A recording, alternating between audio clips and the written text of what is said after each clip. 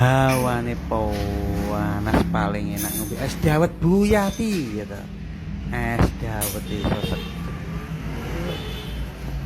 Nah, iki es dawet jan. Nah, iso gula iso coklat iso kimplek ngono. Nek gempol iku ya iso kenyil jan nek tapene, nek nongkone barang jan seger.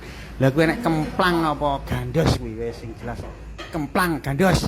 Enak wingi aku niliki isi tok kenyil iso ora atos ora kenyil. Dawet Bu Yati ya to ngarepe pasar Gandu. Pak Jabung perapatan Jabunge ngetan arah nang Gontor paling ngetan 1 kilo.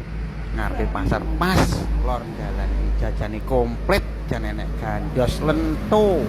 Lah iki lek dawete jan ketok seger. Jan seger iso angklek ngono jan cocok karo hawane. Jan gandos ya iso kenyil empuk. Wis ora atos blas kuwi nek lentone barang jajane komplit nang kene. Komplit jan seger.